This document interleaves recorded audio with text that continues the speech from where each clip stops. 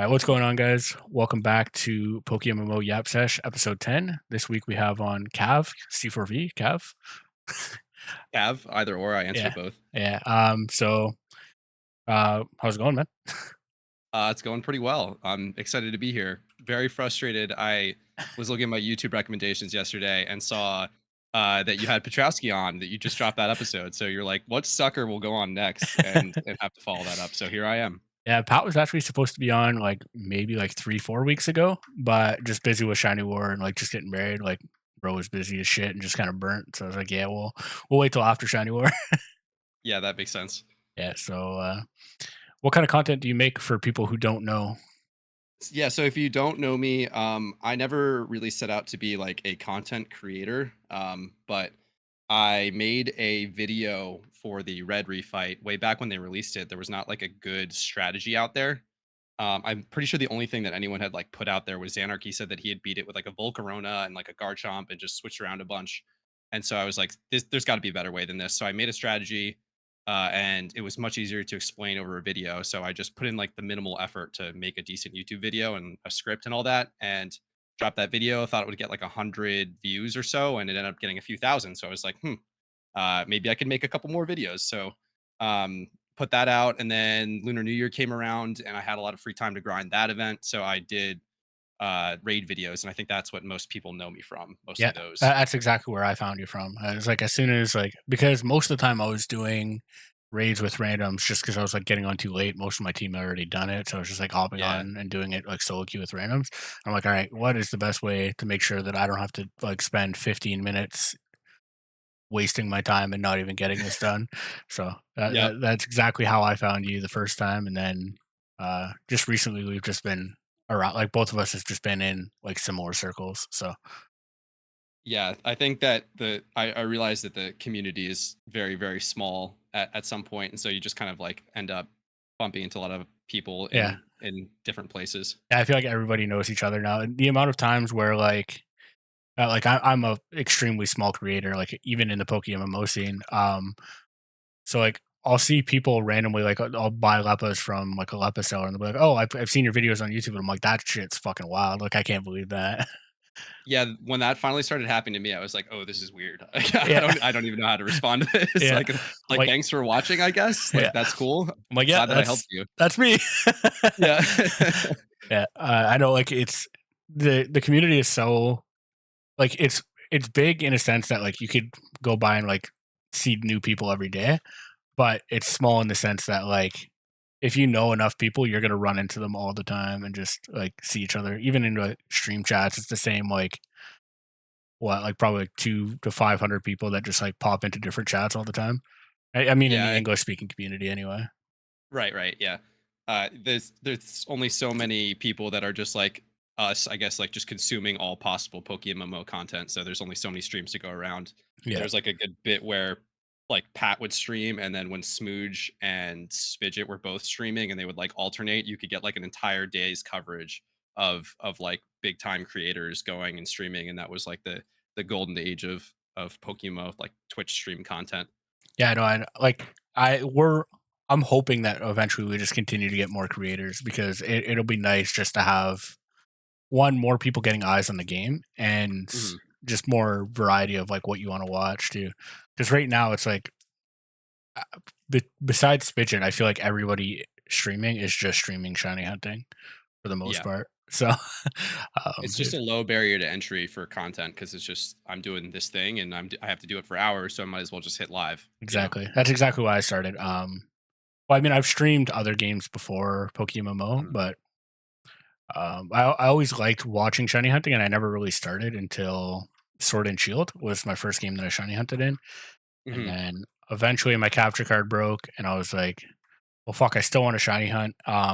And like I like recording my hunts. Like I don't think I could shiny hunt if I wasn't recording my hunts and stuff like that. Mhm. I just love having like the just the information and shit like that.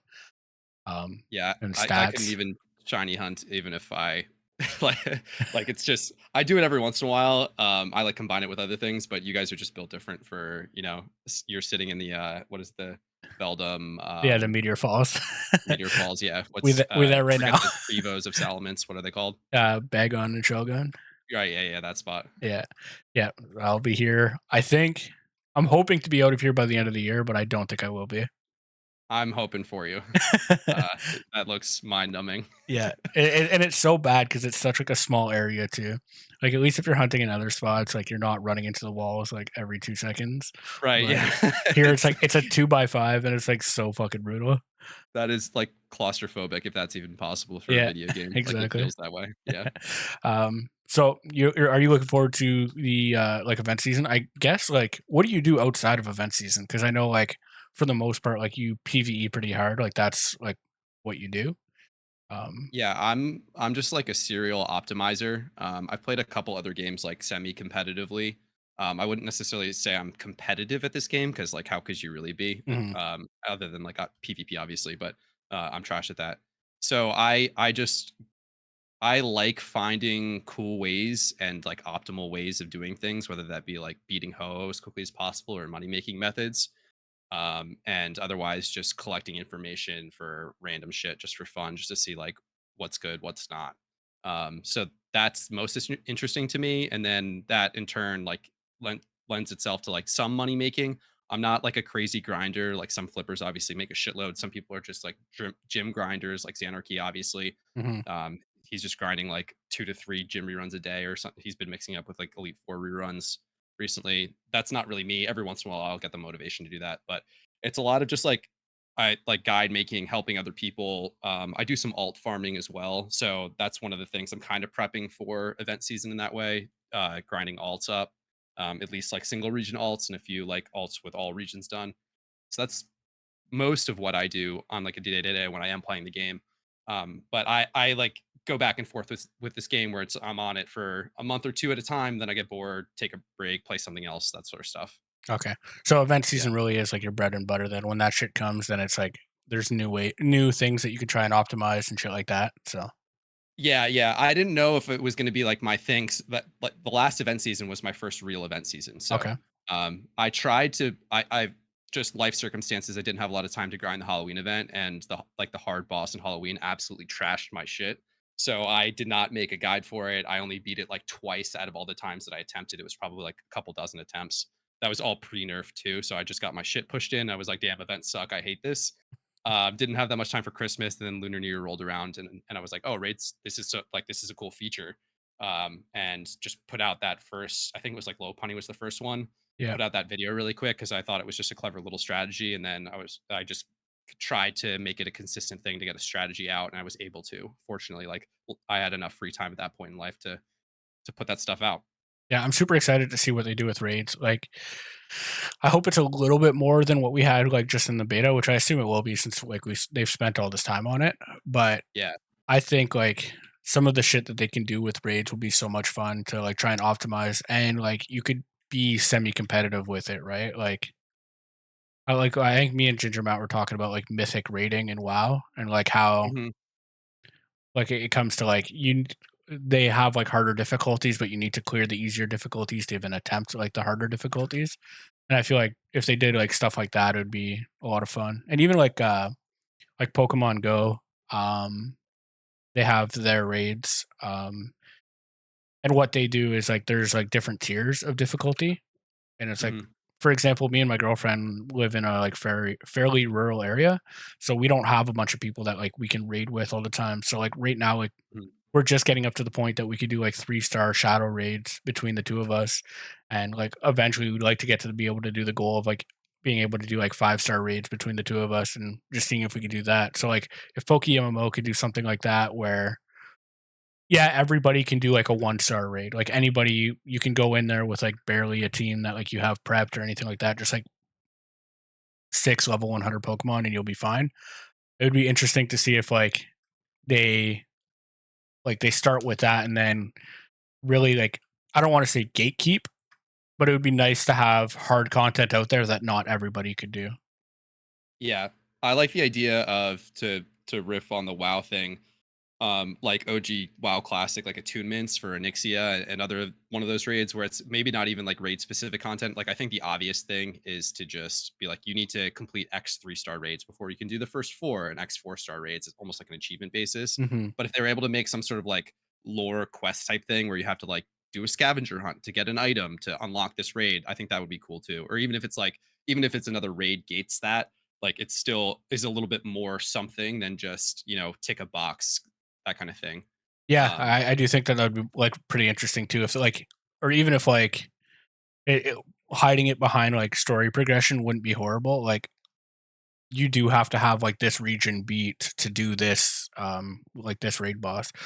Like anything that kind of just like could implement some barriers that are like easily done within the game, I feel like would be like super interesting and just like have people be like make the game feel a little bit more alive than it does currently. Yeah, I think the wishing stone is the perfect candidate of like that is sort of what I had in mind where that just unlocks, let's say, like the Jirachi raid. Hmm. And then that's how you get Jirachi. Uh so anything along those lines would be super cool. And yeah, I definitely see the parallels of like mythic raiding. I just watched the Race to World first. I don't know if you're keeping up with it, but like it's really fun to be on that cutting edge of like no one is really figuring out how to do this and there's not like a guide that you can look up. So you just have to sort of like figure out what is the best way to do it and just kind of theory craft things out. Yeah, I think Um, that's when WoW is the most interesting, right? Is when new content drops and everybody's racing to be like the world's first to do it and like and shit like that. I feel like if that could be brought to PokeMMO, then like I feel like the whole game would just feel more alive in terms of like even content watching and stuff like that. Like Yeah, it if gives them a super steady content drip where it's like based on the stuff that Rach has said, we know that she's prepared like a lot of raid fights, and it's mostly just the development side of the feature that's kind of holding that back. So like once it's ready to go, just like they can just sort of drip feed alphas, they can just drip feed raids to us, and hopefully they're interesting enough to sort of keep us entertained, and it's not just damage checks, so to speak. It's just like kind of strategic with the harder ones. yeah, I think that's like probably been one of the main thing that's like was missing from raids is that there wasn't really like like it wasn't really necessary to have like any strategies. It was just like, oh, it's a Gyarados. Bring electric types. Bring strong electric Yeah. types and just DPS check it. Like that's all you're gonna do. So it'd be nice to see if there's even like non Pokemon mechanics if they added them to raids would be interesting. Like Yeah, just like totally custom mechanics that we haven't even like conceived yet. yeah, exactly. Like maybe it would move like where it is in like in the fight. So like only the two Pokemon on the right could attack it or something like that rather than like Yeah. all of them being able to attack it at the same time. So like the two on the left would have to use like some setup moves or like helping hand or like something like that. Um, Yeah. eh, That's one thing that I'm super curious about where just like you were saying, it's all just damage checks and we kind of see that with a Ho-Oh fight where you start it and it has the barrier and you're forced to do setup or you're not really forced to, but it's just not worth even clicking a damage move. That would be super interesting too. It's like you can't click a damage move. So that would give setup Pokemon more of a like a niche because they could then set up once and hopefully live that side, or if the boss can't even hit them, even better. So it like allows for setup stuff. All like the raid kind of prep stuff that we're looking at is all based on every Pokemon that can just come in and hit hard instantaneously. But there's not a lot of love for like the swords dancers or the quiver dancers just because they're gonna get their shit pushed in by a boss clicking like four moves or yeah, five moves in a row on a 5 star exactly. boss. I think another thing that could be interesting too. I don't know if they have any plans of doing it, but did you play Dynamax Adventures in Sword and Shield? No, I haven't played any of the vanilla games past Emerald. Okay, so Yeah. in that they have it's multiple Pokemon reading leading up to like the end boss. Hmm. So I think like we could possibly do that. Like raid fights don't have to just be one Pokemon. Like historically in like most raids in MMO, you're not going in and just fighting the boss. You have to Yeah. clear minions, you have to clear like the mini bosses first and stuff like that. And I feel like that would be something interesting that they could do with that as well. Yeah, that would be awesome. Like either like a series of fights or even just like a multi-phase fight along those lines. Hmm. Like for example, if they introduced the Reggie trio, which is something that I've been like hypothesizing that they're going to do in raids, Yeah. just because it doesn't they're not roamers, so it doesn't make sense to introduce them as roamers, but they are like the trio, which is what they've been introducing. So like if Mhm. they were to introduce this next trio, I think raids would be probably the best way to do it. And like if they were to do that, instead of just like having just the Registeel fight and the Regice fight and stuff like that, have stuff that like leads up to that. Like you have to do. you have to kill like 3 other Pokemon in like a raid format and then like go into the next one and shit like that. Yeah, I definitely see that. Yeah, and I yeah, the Reggie trio seems like the most obvious candidate. I think that comes up a lot in like Spidget talking about it via PvP or Pat talking about it via like just, his normal stream chat type Yeah, stuff. They seem like the most obvious candidate in offensive in terms of like overall PVM power level, PvP power level. Like they're just like an easy ad for content without really rocking the boat too much. exactly. And like I think I don't know too much about like the balancing part of the game because that's not really something I pay attention to. Mhm. But I don't feel like they are too strong in that way. I don't think Yeah, like in it terms seems of like the way that most content is, like, they're not gonna, like they're not gonna be used for gym running, and, I'm not that much of a PvPer, but looking at, like, past tiers, none of the Reggie trio has been all that great outside of lower tiers, it seems like. okay, yeah. So yeah, to me it seems like an easy ad. It seems like the right one too. Mhm. And me and Pat talked about it a little bit last week, and we were talking about how like he kind of thinks that legendaries shouldn't be added to the game just for like balancing and stuff like that. And I'm on the point of view where we can add them, and if they are a problem in those, just like don't allow them in them. Like, Yeah. I mean, a lot of people would like a Reggie Rock even if they couldn't use it in PvP or PVM. Like, Yeah. so I get that argument, I just think someone in your comments, I think, specifically said that where they said, it's more about collecting than anything else. mhm, But I think one of the problems with this game is just the knowledge gap between like casual players and like more experienced, call them, like true MMO players or players that are like playing to grind, playing to win, whatever you want to call it. Um, there, I could definitely foresee a problem where, let's say, they add Kyogre or Groudon, and you can catch them, you can't use them anywhere. Like if some random player finds Kyogre and then they try to use them in like their gym rerun or something like that, mhm, they'll just be more frustrated than like excited. So I think it just leads to Pat kind of said it where he was saying, as soon as you have them in, then you just have that many more people saying, "Hey, why can't I use them right now?" And then they just have to like rebalance all content around like those Pokemon, whether that be PVM, PvP. Obviously, would just have to be Ubers or whatever. Um, so like I understand both sides. I think that it's okay for this game to sort of carve out its own niche where you just can't catch them, and if you want the experience of catching all of your favorite Pokemon, there are other MMOs out there that you can catch basically every legendary. Um, I like I think it just goes both ways, and I kind of understand not having them in. yeah. It's definitely it's a hard like problem to solve, right? Because Mhm. I think even the devs would like to say like, yeah, let's have all the legendaries in the game. Like, why wouldn't you? Because like it's Pokemon and it's an MMO. You want all of the Pokemon to be in the MMO. But Mhm. I think like maybe if they don't even include them that way, if you could include them as like a raid boss in the game, I think would be really cool. Like Oh include yeah, definitely. like for example, like when you kill like the Lich King in WoW, it's not like you get the Lich King after. So it's like you can maybe like you could get a follower sprite maybe or something like that without Yeah, actually having the Pokemon. So like you do the Kyogre raid, the drop rate of like the pet is like 1 in 500 or whatever. So like yeah, you go and fight Kyogre and you're like what you're really grinding is for is the follower sprite instead of like stuff like that or like a vanity or something like that. But I think there is ways to introduce them into the game without actually just like introducing them into PVM and PvP, but that's more of the devs grind to try and figure out the best way to do it. yeah. I think that that's a great idea, and like you do the Kyogre raid, which would go so hard, like a permanent rain, like try and fight Kyogre type thing where you just get shit on by water spout would be so fun. And then you could unlock like if they added different surf kind of mount vanities and you could just ride Kyogre while you're surfing instead Mhm. of the defaults like I guess it's supposed to look like Lapras or it was event that like whatever it is, it's replaceable and then they can add that like someone's favorite Pokemon in the game as a vanity. That would be awesome. I do think that that's one of the main things that MMO is missing in terms of MMO is content that you grind out for vanities or like for items and shit like that. Right now, the only thing about PokeMMO that like really truly feels like an MMO is like all you're doing is grinding for money rather than like because if you want a vanity, what do you need? You need money. You can't go and Yeah. do a boss and like earn that vanity in some way.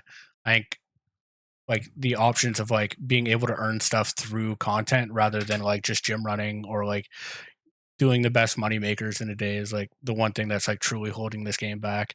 Because I know personally, if there was like a 1 in 500 rate for like getting like a Kyogre mount from fighting Kyogre, Oh, yeah. I'd be there. I'd be there every fucking day. Yeah, it's Like, just like mount runs and WoW where you're just looking for that old even if it's, like, old content that you just stomp, you're just looking for that vanity still. yeah, exactly. I feel like if they Yep. put like some kind of like timer on that, like then you'd have people like just waiting for resets so that they can do it or like something like that. It would give people a reason to like come back to the game constantly without Yeah. like have just for their own goals. Because like a lot of people that like play this game and like grind just come for their goals and that's it. And if like a lot of people who play the game, they come to the end game and they're like, wait, there's no real goals for me to do in end game. All right, I'm out. So Yeah. I feel like if there Yeah, and was I some like end game content for like that, like people could have goals to do, then I feel like a lot more people would stay. yeah, definitely. I think that that is the number one thing where it's not just the raid feature itself, but like you're saying, it's tied to some other motivating factor, whether that's like a small drop chance, whatever it may be. I'm like almost now a little bit I feel like the raid feature is a bit overrated in terms of what people think it will do just Yep. as a standalone, where it's going to get solved relatively quickly. They can't make it so challenging. Maybe some crazy event based raids are going to be very hard, but from what we've seen so far, everything is like the entire Lunar New Year event. We had no information at the time, but now looking at it after the fact, every single raid was cleared by like a mediocre sun team because the damage of the weather type, like fire type under sun, is just so much better than any other of the types hitting super effectively that it reliably cleared everything except for Gyarados, and that's only because Gyarados set permanent rain. So, like Sun is going to clear almost everything, like 1 through 3, even some 4-star stuff, and then the rest of it, the 5-star stuff, is basically just going to be like damage type damage checks with some mechanics thrown in at first.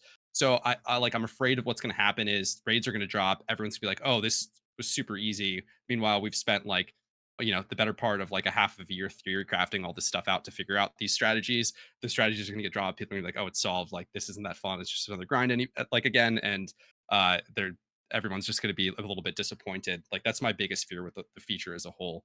But Yeah. if they tie it with other things that isn't just like the raid thing itself, then I'm hoping that it adds a bit more staying power. But maybe just at first, it's probably easy for them to just go raids alone, get the bugs and the kinks out, and then start building on top of it with all this other stuff that we're talking about with like, fights leading to other fights, attunements, whatever it may be, to sort of give it a bit more life, if you Yeah, will. yeah, 100%.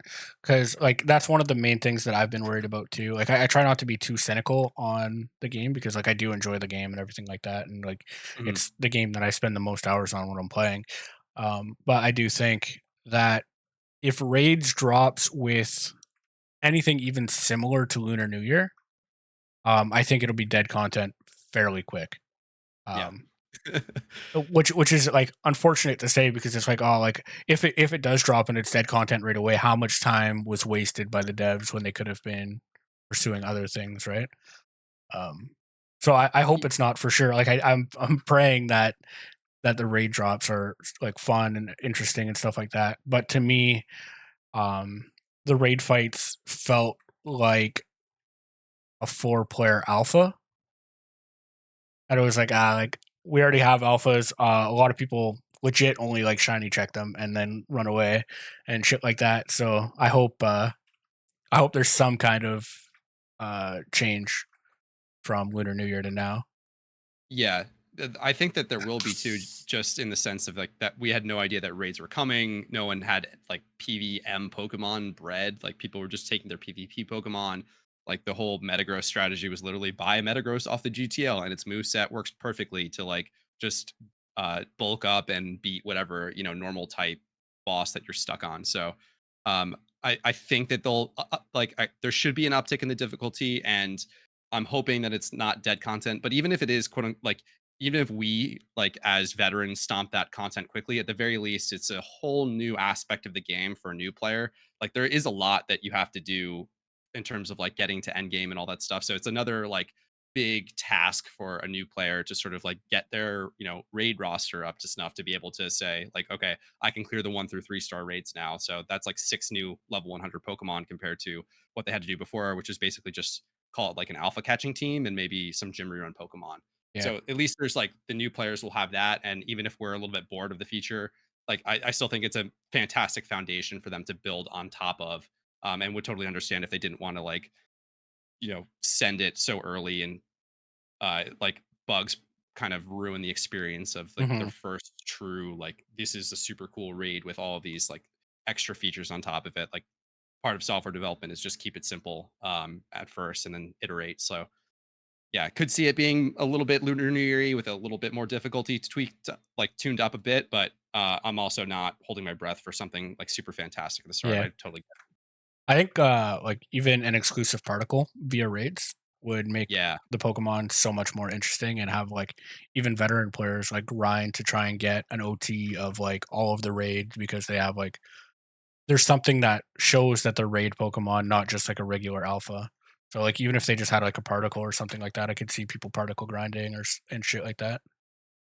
Yeah, I'm hoping for something cool like that, whether it be like you're saying vanities before would be great, particles would be cool.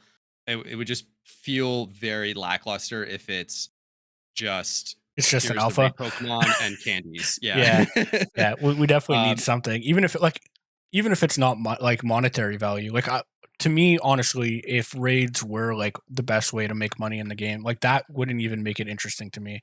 I need something that like it's not monetary. It's like some other value, like yes. collectible. Yeah, that's what I kind of meant by like giving it a little bit of life where it's not just utility like okay, you make X amount like every raid alpha kind of has a floor price of like 80K and you get like roughly 25K average on candies. So it's like 100K per fight. You do it in 10 minutes, that's good money, 600K an hour. Like it's got to have like there's like story elements or like interesting vanities that are like let's say bind on pickup so you have to do the content to get it. Anything along those lines to sort of make it a fun thing instead of just a grind thing. Well, it kind of go one the same for most people, but trying to convey that message, I guess. Yeah. I'm lacking the words for it. Yeah, no, I think I know what you mean. I think most people will too. I'm super excited to see what they do with it. I like Yeah. anything different in PokeMMO that will stop people from doing like their same old things. Because I know me personally, like when I'm in like a spot like Meteor Falls right now and somebody calls an alpha, I'm not checking it because it's just like such a pain in the ass to like Yeah. leave my spot and like go do it. So it would be nice to see um like I want them to make it valuable enough that people like want to stop and do their thing to like go and do this instead. Like I hope they add anything that'll make that more of an option. Yeah, it's hopefully will be like something else to do that's fun. I think a lot like alpha catching in particular catches a lot of flack just because we're comparing it as like that's one of the features that they've kind of developed from for this game. I don't know what the other vanilla game that it is that alphas are based on. It's like Legends of Arceus, I think has it or something like Yeah, that. yeah. I don't know how different it is from that one, but it feels like the alpha mechanic here is maybe different enough that it's kind of unique to this game. Is that true? Yeah, yeah, it definitely is. Like Yeah, so alphas just kind of like spawn in like Legends Arceus, and like you just go and like catch them, and I don't know. It's fairly similar, but like not. I think it's much harder in this game to like catch an yeah. alpha than it is in Legends Arceus.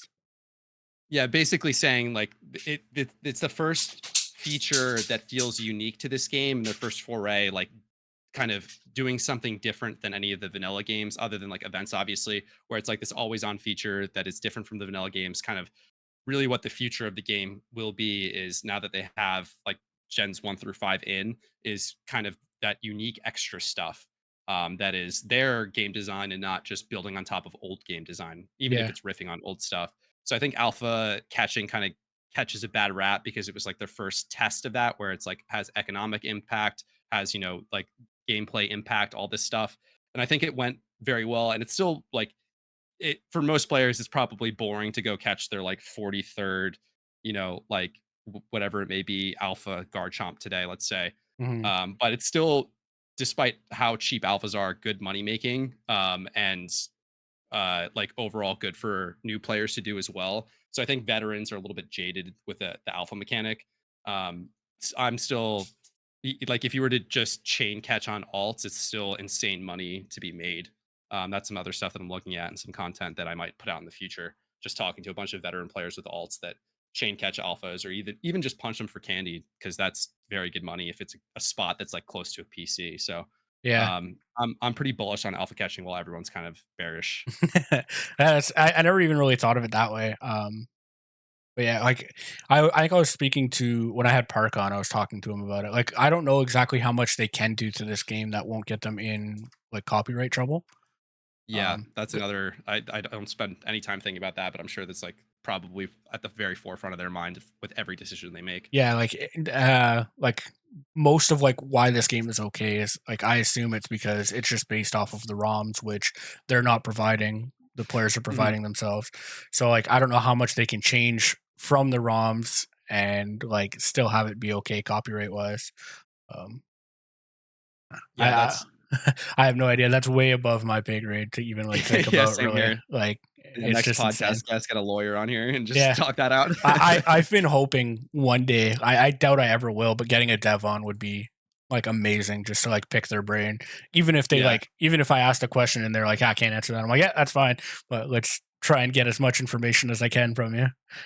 yeah, exactly. Especially given how scarce information is. I think Pat said it too. Rage has been very good about popping into Pat's Discord or making posts on forums to sort of have a bit more of an open line of communication. And that's been most of my playing career. So I don't really have the perspective on kind of radio silence from the devs, but that's Mhm. been a nice, just like little tidbits of info, like catch rates of alphas or catch rates that were changed from the base games, just all those little things that you probably wouldn't even notice, but are subtle changes, but they just gave them to us so that it's not this headache trying to figure this stuff out. So Yeah. that's been good. And if it were a podcast, I'm sure it would just be an absolute gold mine. Yeah, I think it'd be like amazing to get one of them on. I think it was crazy for me to even get Park on. I'm Yeah. surprised that he was willing to do it because I know like mods especially will get a lot of unwanted attention from some players in the game. Yeah. That was one of my favorite episodes, just for that same reason, to get insight into like the kind of the behind the scenes. Just having someone talk about that at length, and kind of the thought process going into Shiny Wars and all that. Like I love the idea of Shiny Wars, but it just absolutely was not for me. Yeah, I But I mean, still think it's super cool. it's not for a lot of people. I feel like in terms of like actually trying to win, competing, like anybody can do it, right? Like fucking Yeah. hop in, bring your team, and fucking see how well you guys do. But like, if you really want to win, that's reserved for a select few people that like actually have the desire to grind for hours on end. Yeah, to me, it reminded me of another WoW analogy here, the honor grind for Marshall way back in the day, where it's just you had to be on like 14 hours a day, basically grinding honor to even compete, because it was just you had to rank number one or like top three. I forget exactly what it was, um, but it's just like that's just a you just got to commit the time, and not everyone is built for that, and it's that times 30 for the whole team. You need 30 people that will put in like a minimum of like 10 to like 12 hours a day of just straight shunting, which is just mind boggling. Like, Yeah, I'm gonna go take a look at my stats right now. Um, yeah, so I had 486 hours during war, and that is on the extremely low end. Calculator here.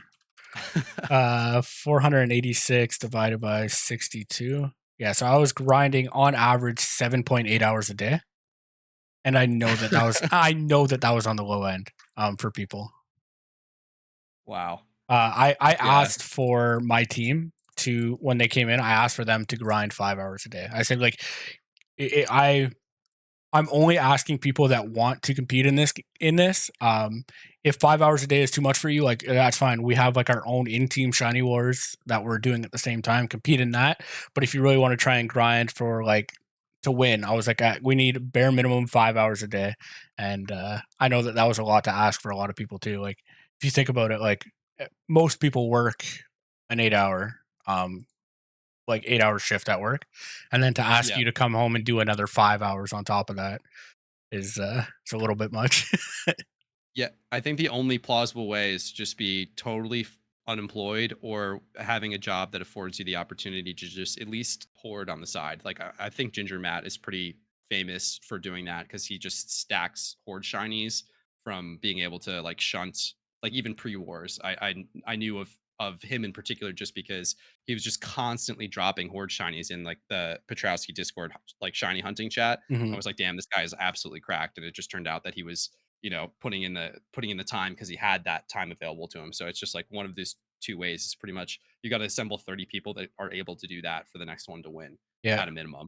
I'm so excited to see the results from Wars, and like I know I forget who it was, but somebody's working with Ginger Matt to make like training cards, pretty much like Pokemon cards almost, but for like competitors and stuff like that. So like they're looking to get like stats from people so that they can make like their own cards and stuff like that. And Oh, I love that. I'm just so excited to see um like all of the stuff that gets done with like all of the stats and all of the shinies from Shiny Wars.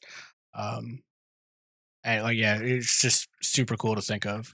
I'm gonna Yeah. take a look now at our team spreadsheet, but I think we finished with like 600 points. So like on average, we'll say like 6 points of shinies. We got 100 shinies as a team, which is like pretty cool to think about.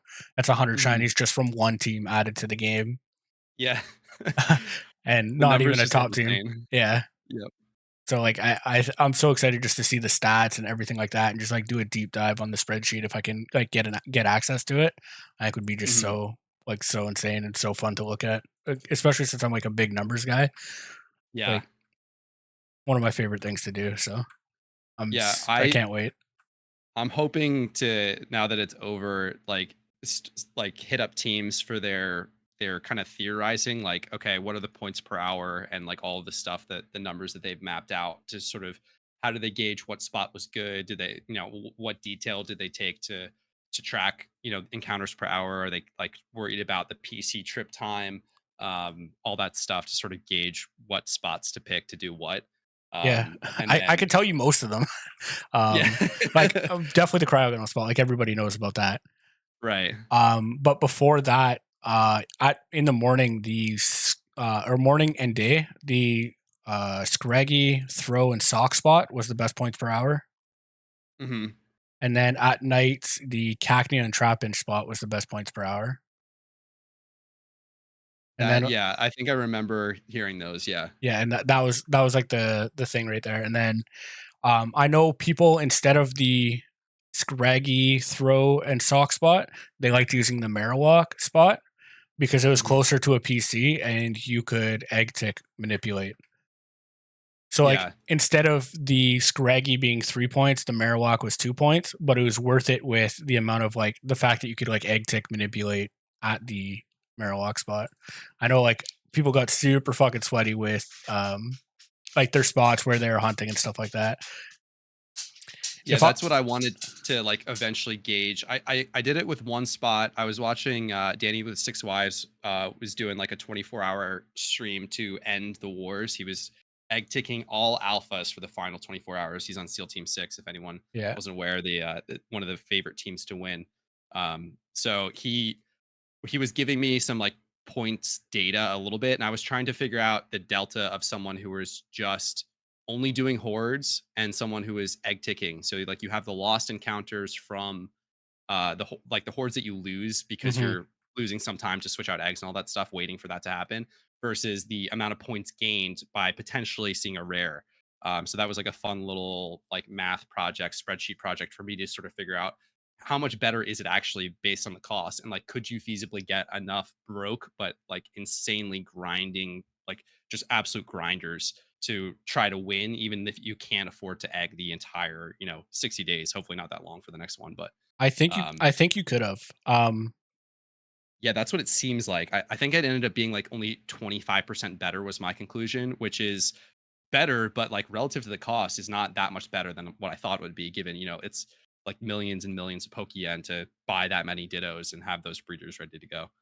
If there was infinite fossils in the market, fossils would have been like an insane amount of points per hour, Oh yeah. like a crazy. But there wasn't infinite fossils in the market.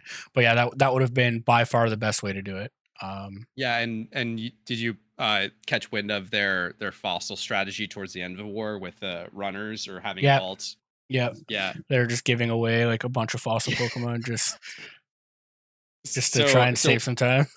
yeah, one of the benefits of having 5 alts with all regions completed is you can very easily go to Sinnoh, and I think most of the time if they found a runner, they would just, they'd have a like one main and they'd have to fill up the whatever main, like if your main has so many boxes empty, you can only fill up so many, but because I had like basically 5 characters that I could fill up all these boxes on, I ended up doing a lot of fossil running for them. So I have basically almost 2 accounts worth of boxes full of just different fossil Pokemon. Oh yeah, that's So crazy. I stood to benefit greatly from that. So that was insane. I'm And curious like, what the yen per hour is of running. yeah, I think that the problem is going to be who's there are only so many people that start egg hunts for fossil Pokemon. Yeah, And the supply side is just insane right now because I can only imagine, that I everybody's. did it for like 3 hours total. Yeah, And they were doing it for like the week leading up. So there's just got to be an absolute shitload of them in the market. So I'm afraid to even like try to sell them. yeah, But and we'll they see what and they happens weren't and the then only team calculate that doing out. it too. Like everybody's been popping fossils during Shiny Wars just because it's like one of the best ways to get points per hour. Yeah. So my plan for the next one is to have many Sinnoh alts ready to go, or at least all you really need is one with Sinnoh done. Preferably, like you need the bike to make your runs a little bit faster, and then the other 2 characters in the account don't have to be there because you just use the account box to swap them all over. You have to spend maybe 5 minutes just quick logging in and out to empty out that alt, but you could theoretically fill up like I don't know, an obscene number of accounts just full of fossil Pokemon if it came down to it. You'd probably ruin the market forever, but like it could be still insane money making method. Yeah, in an ideal world for next wars, I'd like them to have more options be available for what you really can do if you're trying to win. Yeah. I know that's like a near impossible balancing act to do, but um, like like this year, it was like trolling to single. Like Yeah. you were like actively like trolling your team, and like if you were singling. So I'd love to see next year some balancing being done to that. And yeah, the main thing, 100% main thing is please God drop that down to 1 month instead of 2 Yeah. months. Yeah. I think that it became like abundantly clear. I kind of ran some numbers on cherish balls and I was like, this is insane. Like if you just look at the dollar amounts needed to like even move the needle if you wanted to RMT points. Mhm. And then what's his name? Gamer 2020 did the stream where he dropped what was it like $5,000, $10,000 on. 7 grand, and he got the same amount of points as me in that day. Yeah, exactly. It's just like once you have that like tangibly put in front of you, it's like, oh yeah, that it would be absurd for it to even matter across 30 players grinding, X amount of hours, which is what you need to win. So I think that the people that at least like in the organization side are going to be less squeamish about it and just say like, fuck it. Yeah. Shorter period of time. Luck probably won't play that much of a factor, even if it's 30 days, let's say. Yeah. Yeah, like I And think that is like a big thing of like why it was so long is because we wanted it to be truly like grind based, not luck based. But yeah, there's like so much like it's always going to be kind of luck based and a little bit grind based. And I think 1 month is still fine. yeah, I think that's well large enough as a sample size. And then, like, to your point about variety, I think super low hanging fruit, like most teams Shiny Wars do, is just point bonuses for different types of hunts. So like, I think that I don't know what limitations that they would have on their end from like how they're doing this like point tabulation, but even if there was just like a Safari week where you get some point bonus enough that it makes it the most uh profitable or whatever, like the highest scoring, highest value per time. That I think that that's just super low hanging fruit, and then that forces variety at the very least over the course of like a month, just to give mix ups to people and make it a bit more entertaining. Yeah, I don't know exactly what their tool looks like that they're like looking in with, but I feel Yeah, like there is the option to go in there. And like when I was talking to Park, I remember saying like the Safari ball would be like a perfect indicator of like, hey, this was caught in the Safari, give this like 15 bonus points or whatever. Um, Mhm. and he said, well, players can change their balls. And I'm like, well, like we already have the rule of like don't rebreed or sell your shinies. Like, what is the added cost of saying like, hey, don't change your ball? And like, why would you change your ball anyway? If you Right, caught a yeah. Safari shiny and it's like, I mean, That's the flex is having that ball. like I guess they did already run into the problem where they told people not to sell or rebreed their shinies, and people have lost points because of it. Like for Yeah, example, either I reported how we are tracking our shinies wrong, or somebody on our team sold 15 points worth of shinies. So like, I guess we got to try and figure out like there has to be a way for it to be a little bit more streamlined, I guess, but I'm not exactly sure what that is because it could if we have to do it with screenshots, then that's a way bigger headache of like how to do it. yeah. So I don't know what the right answer for it is because it seems like a shit show. Yeah, I here's my this is total speculation on my part, but how I imagine this went down, like in any organization, it's tough to have change happen. It's easy to pitch change. It doesn't require like a lot of there's not like a lot of friction. So I imagine Park's pitch kind of looked like this, where it was we have these mod tools to look up shinies. We can host this event entirely separately. It'll take absolutely no developer resources. Here's how we can do it. Like this is the minimum viable product to get this shiny war out. We don't need any developer to spend any time coding, no database polls. We're just going to use these already existing tools. And then now that it's gone, it's happened. Basically, aside from like the sign up stuff, it's gone off without a hitch. I'm pretty sure that he can come back and say like, hey, if you just spend x amount of hours or give some sort of like feature request where it's we just need a back end tool to be able to look at the shinies of this subset of players. Once we've got the signups in, we can plug them all in. That'll probably solve the leaderboard problem. That'll probably solve the like uh you know tell where the shinies came from. It'll probably just be like a database pull the developers have to do at some point, or they can, or maybe like live update, and then they can output it somewhere else and just give us like a scoreboard on a spreadsheet. And then the next year they could like maybe make a formal interface for it, like a PvP tournament sign up kind of Hmm. thing, and sort of build the feature out there. But I definitely see from like the first one perspective, like who knows if it's even like that fun of a thing. And then it went great. Now, like sure, let's build on top of it, and you can probably convince them to build some tools, back end stuff for that to happen better and kind of create a better experience for the spectators. Yeah, that's definitely the next thing. Like I'm gonna have to get Park on again after he's done with Wars and after he's given himself like a little break. I'm gonna have to get him Yeah, back on just to talk more about how he felt like Wars went. Like me personally, I think Wars went near perfect in yeah, terms of like how like people were interested in it, how everybody like stayed engaged and everything like that. And like I for the most part, the only changes that I've heard people really want are stuff that's super easy to do. Um yeah. the live leaderboard is probably the hardest out of them all. Mhm. Balancing changes is probably like the next hardest, and then the easiest one is just to drop it down to a month. And those are like Yeah. the three biggest like complaints or like criticisms I've heard from the event. So I'm curious to see what he thinks about how it went and stuff like that. Yeah, yeah, I think that would be I'm super excited for, like, his perspective, and then I think a lot of the SEAL Team 6, people are ready to sort of, like, reveal their secret strategies and their loss, so it would be really cool to see, like, their guide on how they would approach, winning the next Shiny War if they were to partake again. I think a lot of them are saying that they're kinda done with it, but we'll see what happens once, Yeah. they Well, have yeah. a year. Me and Matt talked about this, and next year, the amount that like of grinding that it took this year to win the wars and like the min maxing like efficiency and everything like that. The winner of this wars, if they did the same thing next year, I don't even think they crack top 10 Yeah. because now everybody's going to have a year to prepare for next year's Shiny Wars.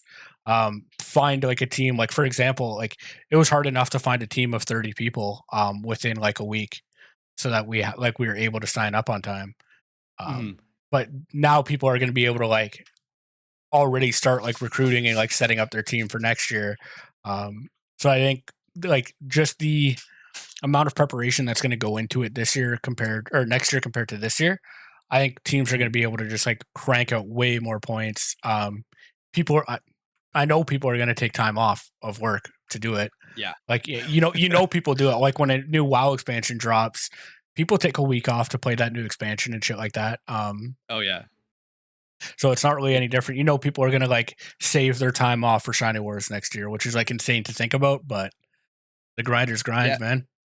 Yeah, and it changes the whole dynamic of like money making in the game because you could feasibly spend your entire net worth, which a lot of players did, to just you know blow your load in that 1 or 2 month period. So now it's no longer like a lot of like the Mister guys, being the hardcore grinders of the game. At least had some money and wealth building up on the side, even while they were egg hunting, which is obviously an exorbitant cost for most people, but they were still like accruing wealth, and now they're just like wiping the slate clean year over year. So it like totally changes their approach to the game instead of just like residual money making. And now it's like full hardcore grinding like for the entire year leading up, just because the larger your cash stack, the bigger the greater your chance of winning. Yeah, And it's not and even that marginal. if points are similar, I would suggest everybody start either buying fossils now that they're a little bit cheaper, or like start grinding fossils yourself. And next year when Wars comes around, you could sell your fossils for like a huge amount Yeah. because Yeah. I know they went up. I think it might have been like 100%. Like they might have doubled in price. Yeah, and that's such a funny thing too, though, with markets because it's like now that that information is baked in, like people are aware that there could be a price like uptick. You could have Mhm. a lot of people just sitting on fossils, and then the supply is much greater than we thought it would be. And Yeah, and then like even if they're like that's saying like the points are the same, they could also just like change the point value of fossil exactly. Pokemon, and then Yeah, that tanks it as well. So it's always a gamble, but I would say it's a pretty safe bet to do some fossil hunting. yeah, I think so too. I think like for the most part, they can't make fossils not worth that much because it is a rare hunt. It's an expensive hunt. Yeah. So I think that like regardless of like how they do, like fossils will be probably important again next year. Um, so Yeah. yeah, like it's so interesting to think about like how we would prepare now this year. I think probably the best way to prepare is just like have a shitload of money, but Yep. or a bunch of like male breeders saved up for next year, or like I like have eggs prepped up, like having alpha eggs prepped already before war starts and shit like that would Yeah, be just, like, fully stocked, like, your every box full of alpha eggs ready to go. Even yeah. if, like, you can't do that the entire war, at the very least, you have your egg ticking on alphas, which, like, are X more points per hour than non-alphas, that kinda thing. Yeah, especially now that like alpha breeders are going to go down in price again. I'm sure they never went like super high in price, but I know the market just kind of everything got a little bit more expensive when wars came around. Like I Yeah. remember Leppas at the beginning before war started, I think they were down to like 75, 76K. And then near like before war started, like the day or two before and then the day of war starting, they were like I think it was like 85K per stack. So they went up like 10K per stack and Yeah. it was just insane. Yeah, the market movement, like, you there were so many charts on Pokemon Mohab where it was just like the day of announcement, it was just like price spike immediately, and then it was actually pretty funny because by the time war like came around, most of that demand had tapered either because players stocked up or the supply side was met. People went out and farmed the things that were like people cranked up the Lepa farming because the price was so good that sort of thing. It was just a Yeah. really fun thing to watch, like number go up, number go down type Yeah. stuff. Because everybody was like, oh shit, Leppas are really good money right now. Let's start Yeah. farming Leppas. Then Yeah, like fire up the alts. but like for me personally, I had enough Leppas before war started to last me for the like all of war. So like Yeah. I wasn't buying Leppas anymore. Everybody was selling Yeah. them and I wasn't buying them anymore. So fucking yeah, it was just like it's funny to see how easily the PokeMMO market can be manipulated just because of like the smaller player base we have. Yeah. So it's cool to see stuff like that happen. I remember like everybody was like watching it, like even like mysterious balls and stuff like that went crazy, and Yeah. it's just fun. Yeah. I think one of the most interested things I'm into for like the next war is if you're, let's say you're not on one of those top teams and you didn't participate in the last Shiny Wars, like how do you create a resume for yourself to say like, hey, I deserve a spot on like a team that has a shot of winning, and then as a recruiter on the side of a team that wants to get people in, like how do you decide that this player is going to get a spot? Because pretty much everyone knows at this point it's you have to commit the time, so everyone's going to give lip service to say like, yeah, I'm going to grind 12 hours a day. It's just a fun like problem to say like how can you find people that are going to be committed to doing that, and how do you put your team the best chance, like best position to win, have the highest chance to win. So I'm very curious to see like how that unfolds, and like for lack of a better word, like the politics and in terms of Hmm. like just the literal dynamics between people, not in terms of like the shitty connotations of that, but like how do you, get in with the right people, plead your case, and hopefully get on in on one of those teams. Like that's going to be really interesting to me to see how that all shakes out with, how many teams can realistically compete and all that stuff. So I'm super excited to see how that unfolds next year. Yeah, no, it's definitely gonna be super cool. I mean, like even at the beginning of this year, like I think like didn't the Pori Uxie breakup kind of it was probably going to happen anyway, but didn't it kind of stem from Shiny Wars? I don't think it would have happened. But there was definitely a big miscommunication. It seemed like most teams had this problem where it was you had teams of 30 and they had to be divided up somehow. And then team leadership of that team, talking, just hypothetically, could either say, like, hey, you guys organize this amongst yourselves, or hey, we're going to organize these teams. And there there was on the team, like team Pori leadership side. I'm on team Pori for clarification. The leadership said, "Hey, we're going to be putting teams together, sign up, and then we're just going to distribute those like people amongst those teams." There was a subset of people that just wanted to play together, so they just made their own team. Had some people from that team, or they invited some other people from Team Pori and other teams that made a team, and there was just a miscommunication on both sides basically, where they didn't tell team leadership that it was happening, and then it just looked a little bit strange from the team leadership side that they were doing that. So it ended up being like this weird kind of dynamic, and then it just ended up them starting their own team rather than continuing with Team Corey. Yeah, But yeah, that was a sad day. Always is not fun when you have drama kind of within the a team. fracture. Yeah. Yeah. Yeah, but that's what I mean. Like it already happened this year, and I could see next year it being even crazier because Yeah. it's not going to be like for this year. I had a hard time finding 30 people because when Shiny Wars was announced, I think Goon was maybe like a month old. Mhm. So I didn't. It was hard enough to find 30 people, but next year I could see there being like a different problem of, hey, we're gonna bring in a team. We're gonna be at 150 members. Probably say like 100 of you are like actively playing. Uh, the teams are 30. How are we gonna do this? Yeah. So next year will be interesting for sure. Yeah, I think at the very least we have the run up to it. We're aware that it's going to, and there can be talks leading up to it. I forget. I think somebody on your podcast was talking about it a little bit. It was probably Ginger Matt, I think, talking about it, where you just didn't know when the sign up was or like how Hmm. it was going to play out. Everyone was just frantically like, "Oh, we have to get 30 people together ASAP."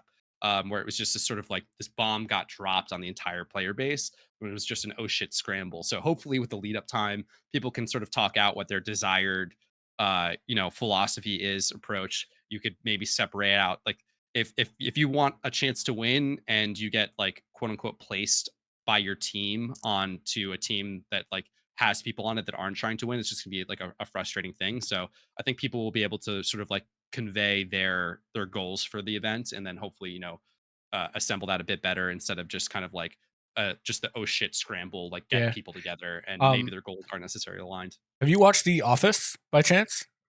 I have, yeah, a Okay, long time so ago. what you're saying reminds me of the trivia episode that they did. I don't know if you, like if you remember this, but I've seen The Office so many times. It was like a nighttime show, like put it on when I go to bed. But there's a Yeah. trivia show, and they like the nine of them went, and like they're like splitting up into three teams. There's like like team A, team B, and then like a just for fun team. And like Mhm. that's exactly what it would seem like to me is like, yeah, have a team A of like a team that like is like really they're pushing for it. Team B of like I'll probably like I'm gonna try and win, but like I don't know how much time I'll have. Like I don't know if I'm like that guy. And then like Yeah. this the C team of just like, hey, we're just here. Yeah. I'm just happy to be here. Yeah.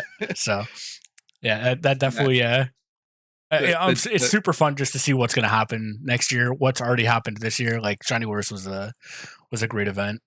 Yeah. Yeah, I and no matter what, you're just gonna have egos are gonna get in the way, and somebody's gonna be upset that they're not, on the A team versus they're on JV instead of varsity, whatever it is. So Yep. always gonna be just like the perfect recipe for drama and intrigue and all that stuff. Yeah, 100%. Mhm. Well, we're at an hour, man. Well, again, thanks for coming on. Yeah, I'm, Uh, I'm glad that we had enough stuff to talk about. yeah. Oh, Made it yeah. the full hour. That was a Yeah. good goal of mine. Yeah. um, yeah. What do you have to shout out? I know you have your YouTube. Do you stream at Yeah. all? I do stream. I stream once in a while. Between I do both YouTube and Twitch. Oh shoot, what is my Twitch name? This is embarrassing. I actually have it up Uh, there. It's C4 with three V's. 3 Vs, yes. Yeah. So it's C4. If you like make your accounts before you get into streaming, it really fucks with like your ability to brand yourself and Yeah, all your that sort of SEO. stuff. Yeah. Yeah. So, yeah, that was my like, just that's just like my go-to name, and then I went with like CAAV for the Pokemon stuff. So my Twitch is C4VVV. On so that's where you can find me there. On YouTube, I'm CAV dot PokeMMO. And you can find red guides. I'm gonna be putting out more stuff, some gym rerun content, some Elite Four guides, and then hopefully raid content when that comes out. That'll be, I think, more bread and butter stuff for Yeah. me. I So can tell you right now that when Rage dropped, Cav is going to be the channel that you want to see. I mean, I'm pretty sure that's how everybody felt when the Lunar New Year raids were out. Was like, okay, like we're having trouble with this. Wait till Cav puts out a video because you know it's going to be out soon. And so yeah, I try to be timely with it. I personally hate those videos because I love like structured, good script stuff, and I would literally go beat the fight and then end the Discord call with the people that I was raiding with and just record stream of consciousness bullshit over top the video. So I'm not proud of those videos, but I realized that they were super helpful. So I'm just going to keep up with that and hopefully make them a bit better this time around, even with minimal prep. So all right, yeah, man. thank you for having me on. Yes, sir. Thanks for being on.